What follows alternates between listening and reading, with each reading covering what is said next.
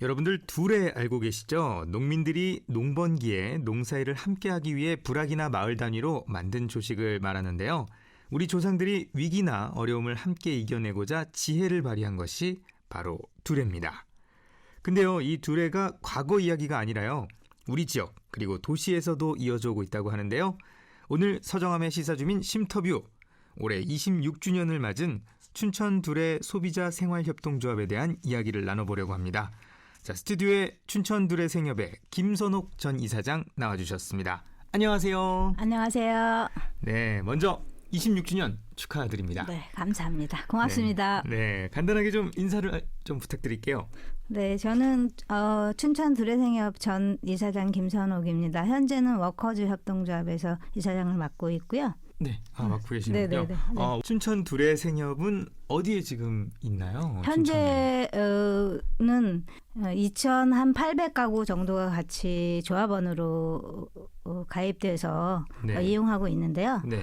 거두리에 본점이 있고요. 거두리에 세계동에도 있고. 지점이 있습니다. 두 곳이 운영되고 있습니다. 매장으로는요. 네. 여기에 그러면 함께 하고 싶으면 어떻게 하면 될까요? 일단 조합원이 되려면 협동조합은 출자를 하시게 돼요. 네. 지금 현재 저희는 기본 출자금이 3만 원이에요. 3만 원 내시고 가입을 하시면 되는데 인터넷으로도 가입이 가능합니다. 네네. 직접 매장으로 방문하셔도 되고요. 네, 거두리나 퇴계점으로 네네. 방문을 하셔도 된다고 알려주셨는데요. 네. 이 춘천 두레 생협 어떻게 처음 만들어졌는지도 궁금합니다. 춘천 두레생협은 원래 이름이 춘천 두레생협이 아니었고요. 네. 제가 이제 2003년에 처음으로 직장 생활을 시작한 곳인데 그때는 춘천 생협이라는 이름이었어요. 그때는 춘천 네. 생협. 네. 생협. 그리고 올해 사실 이제 법인으로는 20년을 맞이하고 법인 이전에 저희가 공동체 활동을 통해서 시작이 됐어요. 그게 이제 1995년이거든요. 네. 네, 그러면 26년의 역사를 사실 가지고 있다고 볼 수 있죠. 그래서 근데 춘천 유일하게 생산자와 춘천의 소비자들이 함께 모여서 안전한 먹거리를 나누는 활동부터 시작한 곳이에요. 그래서 조금은 좀 남다른 역사를 가지고 있는 곳입니다. 그때 당시의 분위기가 아무래도 이 춘천 두레 생협이 만들어지는데 중요한 역할을 했을 것 같아요. 그때 어떤 분위기가 있었길래 한번 뭉쳐보자 이런 얘기가 나왔을까요? 네, 일단은 저희가 이제 산업화부터 시작이 되는 건데 생협은 법적으로는 1999년에 법적인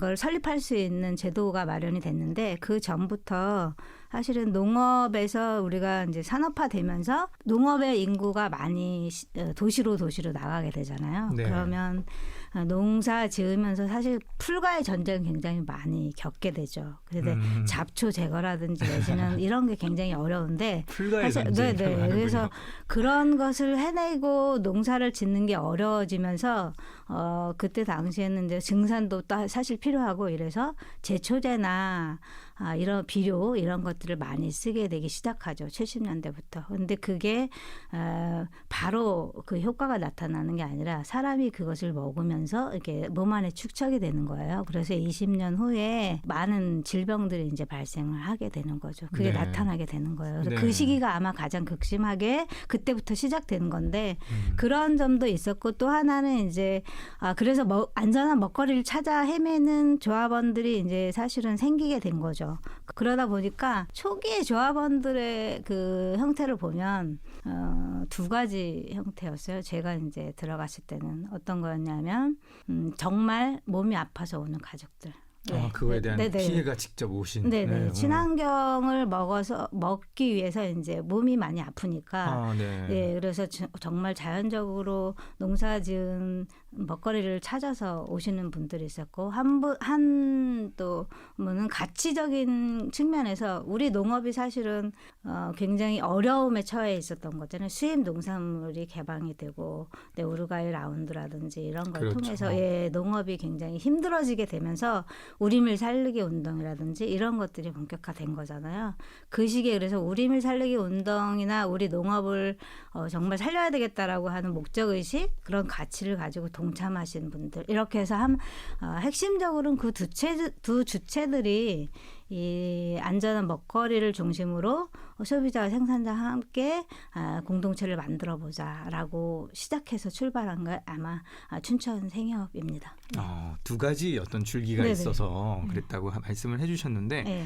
사실 저는 이런 뭐 로컬 푸드라는 말이라든가 아니면 뭐 그 친환경 먹거리 이런 말들이 사실 최근에 저는 생긴 말이라고 알고 있었는데 네네. 상당히 예전부터 관심이 있었던 거네요. 네, 그렇죠. 그러니까 로컬 푸드 저도 로컬 푸드라고 하는 이름을 그런 거 명칭을 사용한 지는 2008년, 9년, 뭐 10년 이 정도인 것 같아요. 그랬던 것 같아요. 그러니까 1995년에 시작한 방주 공동체 저희가 이제 초기 출발은 방주 공동체로 출발했는데 네. 그때부터 실질적으로 이름은 로컬 푸드는 아니었지만 그렇죠. 이름만 없다, 용어만 없다 뿐이지. 네, 그렇죠. 네. 그래서 실질적인 어떤 실천을 그렇게 해낸 거죠. 그렇죠. 그래서 보면은 농가 한 분이 소비자 네 가구하고 저희가 95년도에 출발했다고 하는데 그 이제 네 가구가 같이 5가구가 시작하면서 이 99년 저희가 법인 생길 때는 100여 가구 이상, 150가구 이상이 공동체로 묶여서 직접적으로 농가를 방문해서 교육도 받아야 하고 여러 가지 어려운 과정을 통해서 사실은 그런 나눔 활동을 했던 거예요. 네. 지금으로 말하면 이제 뭐 꾸러미 박스 뭐 이런 걸 얘기 많이 하는데 네, 그렇죠. 초기에 그런 시스템을 가지고 사실은 저희가 출발했고 활동을 했다고 볼 수 있죠. 그러니까 말은 안 했지만 로컬 푸드라는 말은 안 했지만 상당히 진보적인 그렇죠. 방식으로 운영이 됐다고 볼 수 있어요. 네. 이미 몇십 년 전부터 이미 하고 계셨는데 네. 이 생산자와 소비자를 연결하는 이 로컬 푸드에서 굉장히 어렵지 않나요? 굉장히 어렵죠. 네, 어떻게 네. 좀 해결을 하고 계시나요? 지금 제가 이제 2003년에 갔을 때는 처음에 출발 자체가 이 춘천 생협으로 출발하면서 춘천의 농민들과 약속한 게 있었어요. 그게 뭐냐면 춘천에서 나오는 먹거리는 30%를 무조건 춘천 생협은 소비한다라고 하는 게 있었어요. 생협 안에서 30%는 우리가 무조건 충족을 시켜주자. 네. 그게 이제 그런 약속을 지키기 위해서 정말 무던히 노력을 한 거죠. 이게 한정돼 있는데 사람이.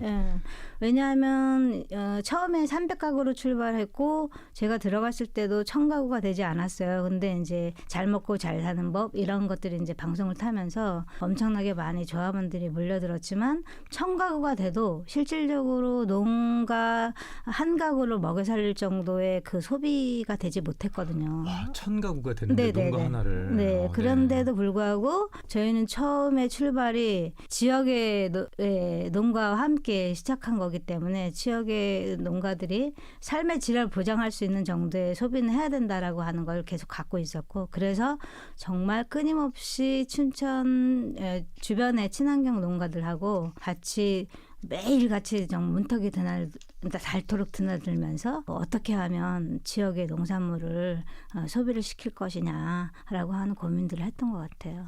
저는 한 365일 거의 그때 당시 제가 프라이드 웨건을 끌고 다녔거든요. 그 웨건이 정말 폐차될 때까지 저희 생산지를 드나들었어요. 그래서 직접 쌀 뭐부터 시작해서 잡곡 이런 것들을 다 갖고 와서 포대로 80kg, 40kg 이렇게 갖고 와서 소포장을 해서 저희 조합원들하고 나눔을 하고 이랬던 기억이 있습니다. 네. 지금은 단종된 자동차 네네. 자부심이라는 자동차를 타고 정말 자부심 있게 다녔습니다. 자부심 있게 다니셨군요. 진짜 고생 많이 하셨네요. 네. 그래서 지금의 또 어떤 이런 또 체계가 잘 구축이 된 게 아닌가 싶은데요. 이게 제가 또 들어보니까 단순히 먹거리만 하신 게 아니라 토종 씨앗을 보존하기 위한 일도 하셨다. 이건 무슨 얘기인가요? 제가 이제 그 먹거리 관련한 농업이잖아요. 기본 농업과 이런 것들 하면서 이제 보게 되다 보니까 저는 사실은 어려서 태어난 곳이 홍천이에요. 홍천에서 그래서 이제 지금 잘하셨군요. 저희 아버님이 95세인데 평생을 농사를 지으셨거든요. 저도 이제 농부의 딸로 태어났고 농업에 관심이 참 많았어요. 그래서 이 길을 이제 오면서 어렸을 때 봤던 그런 기억들이 굉장히 저에게 많은 도움을 줬는데 어렸을 때는 사실 대부분 다 그 농사를 지으면 가을쯤 되면 다 수확을 해서 가장 좋은 씨앗을 골라서 다 실ong에다 이렇게 다 말려서 내년도 다음 해에 그 씨앗을 가지고 다시 심고 이런 과정이었거든요. 네.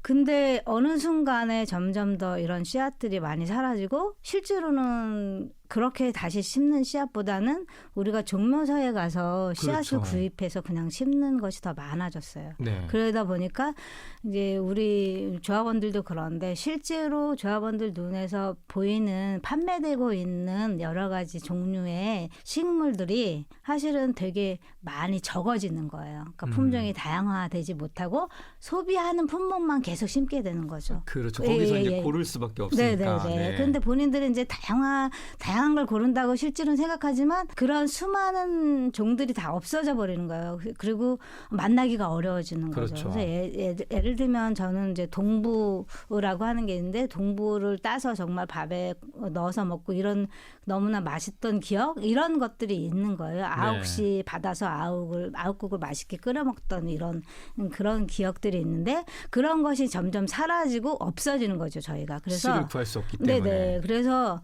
안 되겠다. 그래서 사실은 이제 토종 씨앗을 수집하고 그것을 보존하는 생물종 다양성이라고 하는 거를 보존해야 된다라고 하는 세계적인 운동도 있고 이래서 저는 춘천에서도 그런 것을 어르신들이 정말 돌아가시기 전에 자기 씨앗을 이렇게 가꾸시는 분들이 돌아가시기 전에 우리 걸 빨리 좀 확보해야 되겠다라고 하는 그런 긴급한 그런 생각을 갖고 네.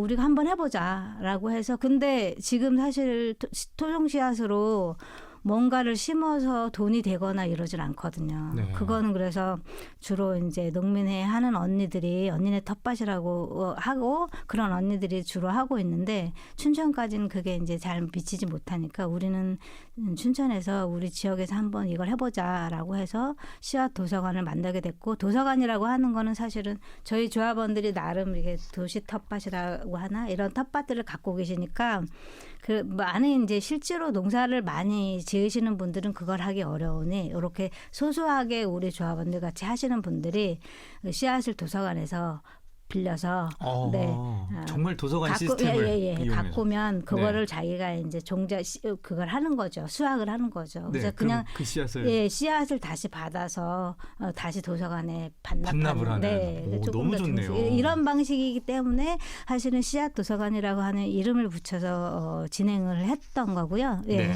지금은 이제 강력하게 하지는 못하고 있습니다. 안타깝게도 그게 나름 어렵더라고요. 최종포도 운영해 봤는데 사실 왜 어떤 점이 어려우셨을까요? 실제로는 연차하는 사람이 막 생기고 돈이 안 되잖아요. 그리고 경제성이 아무래도 그러니까 조합원들이 씨를 받는 게 굉장히 어려워요. 그렇구나. 왜냐하면 이제 길러서 먹는 것까지는 되는데 이것을 채종하는 것까지 가는 게 굉장히 어려워서 품목 자체가 다양화되지 못하는 경우가 있고요. 예, 그래서 이제 그런 점들이 좀 안타깝게 지금은 약간은 멈춤 상태인데 그나마 다행인 것은 전국적으로 씨앗 도서관이 많이 활발하게 지금 이제 많이 되고 있어요. 네. 사회적 협동조합을 운영해서 그렇게 진행이 되고 있어요. 그거는 좀 다행으로 알고 있는데 춘천에는 좀 더 많이 이렇게 정말 지원이 돼서 우리 씨앗을 보존하는 뭔가가 있었으면 좋겠다는 생각을 합니다. 네, 제가 잠깐 취지만 들어봤는데도 참 좋고 뭐 요즘에 또 이렇게 유행이 되고 있다고 하니까 얼른 또